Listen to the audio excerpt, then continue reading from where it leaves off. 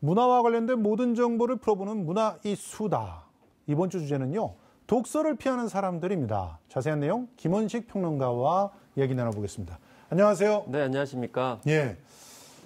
정부가 늘 정기적으로 여러 가지 그 통계들을 조사해서 내 있잖아요. 그중에 독서율 계속 조사를 하는데 독서율 계속 떨어지고 있죠. 이번에 최저치 나왔다면서요? 그렇습니다. 이제 94년에 독서 실태 조사를 처음 실시를 했고요. 그 뒤에 매년 조사를 하고 있는데 올해 이제 최저치다 이렇게 얘기를 하고 있습니다.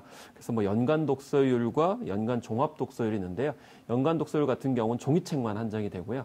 이 종합 독서율 같은 경우는 전자책하고 종이책을 같이 이제 합산을 하게 되는데 그런 면에서 봤을 때 성인 같은 경우는 59% 정도 찍었는데 여기 보시면 여기 65%에서 59%로 성인 같은 경우에는 낮아졌고요.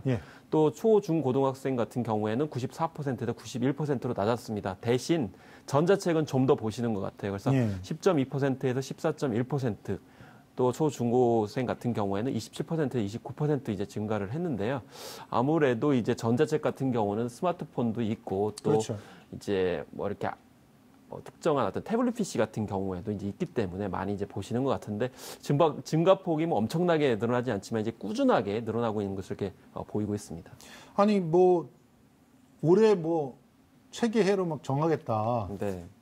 그렇게 얘기를 하고 있는데도 별로 개선이 되지 않았어요. 사실 이런 시도 자체가 나쁘다고 생각하지는 않아요. 이제 도종환 장관께서 아마 시인이시고 또 문학가이시면서 교사 출신이기 때문에 아마 이 책에 대해서 각별한 이제 의미를 추구하고 있는 것 같은데 사실 정부 부처가 한다고 해서 갑자기 독서율이 증가한다고 볼 수는 없겠죠.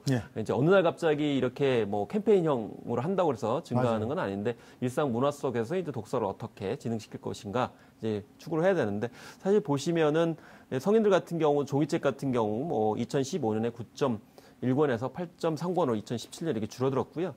무엇보다도 우리나라에서 많이 떨어졌네. 우리나라에서 가장 많이 책을 읽는 그런 인구는 초등학생들이죠. 그래서 인생에 읽을 책을 초등학생 때 다 읽는다고 하는데 결과적으로 초, 중, 고 그러니까 입시 교육이 본격화되기 시작을 하면서 결국 책을 많이 못 읽는 거고 또 실제로 다 아시다시피 영수 위주로 이제 수렴이 되다 보니까 기승 전 영수 이렇게 되다 보니까 결과적으로 입시 교육과 아울러서 읽지 않는데 무엇보다 성인이 된다 하더라도 굉장히 중요한 중고등학교 때 이제 독서 습관들이 붙이지 못하다 보니까 책을 안 읽는 것 같다는 생각이 들고요. 무엇보다도 이 성인기에도 취직을 하려면 스펙을 쌓아야 돼요. 맞아요. 당장에 스펙을 쌓아야 되는데 그 장기적인 어떤 책을 독서한다는 것 자체가 엄두가 안 나기 때문에 또 무엇보다도 취직을 해도요.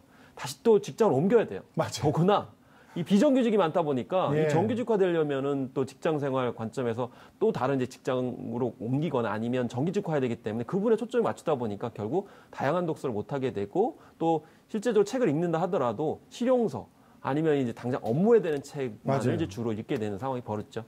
원인 분석을 해봐야 되겠는데 지금 말씀하신 거 다 나온 것 같아. 일단 시험을 좀 없애기만 해도 책을 읽을 시간이 훨씬 늘어날 것 같아요. 그래서 사실 우리가 박근혜 정권에서는 창조경제 한다고 그랬잖아요. 근데 실제적으로는 창조적인 인재를 발굴하기 위한 혹은 그런 어떤 선발 과정도 사실상 없었고 오히려 창조적인 인재들이 배제되는 예를 들어 블랙리스트도 있었지만요. 그래서 마찬가지로 우리 사회가 좀 창조적인 사람들을 원하는가라는 점에서 봐서 좀 부정적이에요. 예를 들면 너무 일 너무 많이 시키니까요. 창조적인 일을 하라고 하는데 사실 그 단순 반복적인 일 많이 시키고요. 아니 하루 12시간씩 일하는데 무슨 책 읽을 시간이 있어요. 와서 씻고 자기 바쁘지. 그리고 또 실제적으로 창조적인 아이디어 내라고 하면서 창조적인 아이디어를 내면 오히려 더 비창조적인 사람이 창조적인 아이디어를 어떻게 알아? 위에 꼰대들이 다 잘라버리는데. 그래서 이제 일 때문인데 어떤 일을 하고 있느냐를 좀 질적으로 좀 봐야 될 것 같고요. 또 휴대전화나 인터넷 게임하느라 이렇게 하는데 사실 인터넷 게임하는 것도 스트레스 때문에 많이 본다는 얘기가 많아요. 순간적으로 불안하기 때문에 어디에 의존하려고 하다 보니까 책보다는 이제 당장의 그런 인터넷 게임, 모바일 게임에 많이 이제 침잠하게 되는 것이고 또 다른 여가 활동으로 이제 시간이 없어서다 이렇게 얘기를 하고 있는데 사실 이제 책을 통해 가지고 뭔가 이제 즐거움을 느끼는 그런 습관들이 덜 되어 있기 때문이 아닌가라는 생각이 들고요. 그래서 마찬가지로 습관이 들지 않아서가 12%였고요. 또 이 책을 읽을 만한 마음의 여유가 없다. 사실 책을 읽으면 좀 여유가 있어야 돼요. 근데 우리 사회가 너무 여유가 없고 각박하게 살고 있기 때문에 그런 측면에서 이 책 독서율 많이 떨어지고 있지 않나 싶습니다. 이거 보면은 제가 보기에는요. 이 일 때문에 또 휴대전화 이용 마음의 여유 이거는 같은 원인이야. 네, 그렇죠. 다 스트레스, 네. 과도한 노동과 또 그 직장의 그 뭐 어떤 불안, 네. 이런 것들이 오는 그런 부담으로 있는 스트레스가 원인이라는 게 그게 뭐 한 60% 되는 거고 이거는 이제 독서 습관이니 뭐니 이런 것들이 좀 필요한 그런 개선책이라서 그래서 우리가 기업 독서 습관 들이는 것보다는요 그냥 일이나 시험에서 오는 스트레스만 줄여주면 훨씬 더 책 많이들 읽을 것 같아요. 그래서 우리 사회가 지금 아직도 이 산업화 경제 모델을 가지고 있기 때문에 그런 면에서 이 단순 반복적이고 당장의 단기적인 성과를 유지하다 보니까 장기적 관점에서 독서가 왜 중요한지 창조적인 결과물과 또 그런 성과에서 얼마나 중요한지가 지금 간과되고 있다 보니까 네. 결국 독서율에 대한 그런 문제의식도 둔감하게 받아들이고 있는 건 아닌가 하는 생각이 듭니다. 아니 그리고 일각에서는 그런 분석 기사들이 꽤 나왔어요. 도서 정가제가 부활돼 가지고 네. 실제로는 책 안 읽는다. 그러니까 책값이 비싸다 이거죠. 네.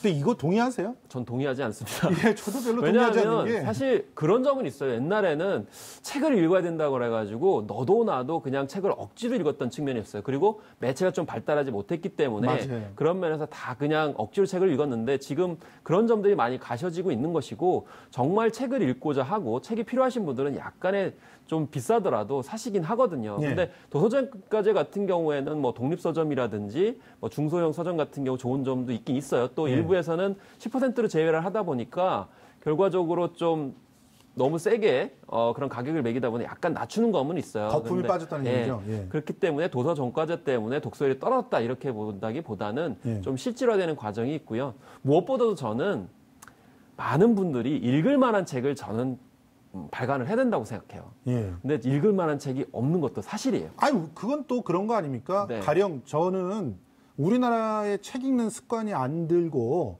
또 그 비싸다 이러면서 얘기하시는 그런 분들의 입을 막기 위해서라도 도서관이 네. 굉장히 많아져야 된다고 생각하고 도서관의 맞아요. 장서 그 숫자가 늘어나야 된다고 보거든요. 그래서 다양한 저자들 발굴하려면 작은 출판사들의 의미 있는 책들을 좀 많이 구입을 해주셔야 되는데 그 그런 역할을 책들은 주로 도서관 같은 예, 데서 많이 하잖아요. 도서관들이 많이 해야 돼요. 그런데 그렇죠. 아이러니하게도 현실은 그렇지가 않아요. 일단 맞아요. 도서관을 지으면서도 실제 있는 도서관의 도서 이제 비용 예산이 너무 적고요. 맞아요. 또 도서를 구입한다 하더라도 대부분 기준이 베스트셀러를 중심으로 구입을 해요. 예, 맞습니다. 그러다 보니까 뭐 시중에 나와 있는 책들이 또 도서관에 있어요. 맞아요. 그렇기 때문에 좀 시중에 없는 책들을 전문으로 하는 도서관들이 좀 많이 생겨져야 되고 네. 도서관들도 그냥 생긴 것이 아니고 약간 차별화되고 또 시중에 잘 구할 수 없는 의미 없는 책들, 예. 또 작은 출판사의 책들을 많이 또 저자들을 발굴해주는 노력들을 많이 해야만이 그렇습니다. 우리나라의 도서 시장도 많이 살고 또 많은 분들도 이런 책이 있구나. 그리고 실제적으로 도서도 뭐 이렇게 많이 출간이 되면서 의미 있는 책들 있구나라는 것들 좀 선순환을 이뤄야 되는데 맞습니다. 지금은 다 어디나 똑같다 보니까 굳이 책을 뭐하러 사나? 아니 이런 생각이 도서관에 들어요. 안 가는 이유도 네. 아니 손가락 클릭 몇 번이면은 탁 날아오는 책들만 꽂혀 있으면 도서관에 왜 가겠어요? 갈 필요가 없는 그렇게 것이죠. 얻을 수 없는 귀한 책들. 네. 야 정말 도서관에 갔더니 이런 자료들이 있다.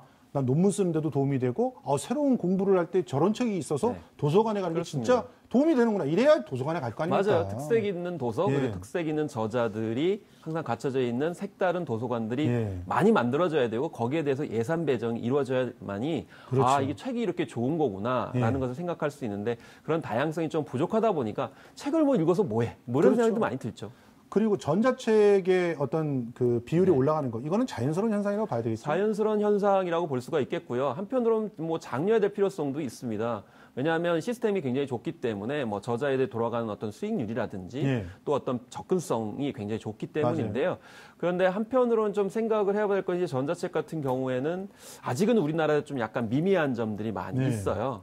이제 많이 이제 활성화될 이제 필요성이 이제 있다라고 생각이 드는데 한편으로는 이제 한쪽에서는 문학의 위기다 이렇게 많이 이야기를 해요. 네. 그렇지만 저는 이런 전자책 중에서도 웹소설 같은 경우에는 정말 많은 작품들이 이제 창작이 되고 있어요. 예. 그런 면에서 봤을 때 어떤 긍정의 방향으로 그런 것들을 물꼬를 트워줄 필요성이 있거든요. 예. 그래서 이 전자책 같은 경우에도 사실 우리가 독서율 얘기할 때 대부분 종이책만 얘기하는데 예. 전자책을 보는 어떤 그런 습관이라든지 양도 적극적으로 좀 반영을 해주고 부각할 필요성이 있겠습니다. 그러니까 어떻게 보면 종합 독서율을 올리는 측면으로 정책이 좀 개선돼야 된다 이런 맞습니다. 얘기시죠? 종합 예. 독서율을 많이 강조를 해야 되는데 아직도 몇 권 뭐 이렇게 이제 되게 얘기를 해요. 예. 이제 그렇게 얘기를 하면 좀 그 어떤 문화적인 어떤 관점에서 봤을 때 이제 다른 측면이 있을 수 있기 때문에 예. 그런 디지털이라고 하는 환경을 좀 종합적으로 생각을 해서 독서율을 반영할 필요성도 있고요. 또 잘 되는 부분 같은 경우에는 적극적으로 창작할 수 있도록 좀 보여줘야 되는데 제가 한편으로 좀 아쉬운 점이 뭐냐면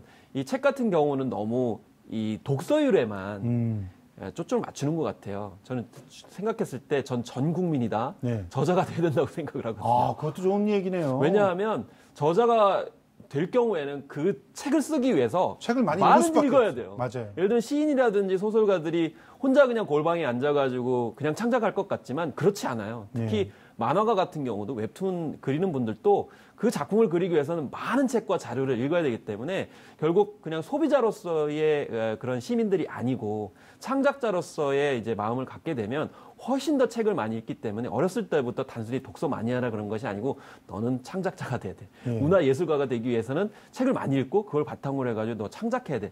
이런 관점으로 좀 많이 바뀌어야 된다고 생각합니다. 자, 그럼 마지막으로 우리 정부, 또 서울시 지자체, 그리고 시민들, 이 각자에게 이 책 많이 읽는 사회를 만들려면 어떻게 해야 되는지 좀 제언을 좀 부탁드릴게요. 일단은 저는 채용 구조부터 바뀌어야 된다고 채용 구조를 바꾸자. 예를 들면 블라인드 테스트 하잖아요. 예. 그러면 자격을 안 보거든요. 그렇죠. 그런데 뭐 가지고 테스팅 할 거냐 굉장히 고민이 많아요. 예. 그럼 저는 책을 활용해가지고 정말 창조적인 인재인지 아닌지를 예. 그런 테스팅을 하고 시험을 해가지고 입사해서 우선권을 준다고 하면 예. 책 많이 읽을 것 같고요. 예. 그리고 그 책만이 사실은 창조적인 아이디어나 새로운 아이디어를 내주는 건데 예. 중요한 거는 정말 우리 사회가 창조적인 인재를 원하는 거죠. 예.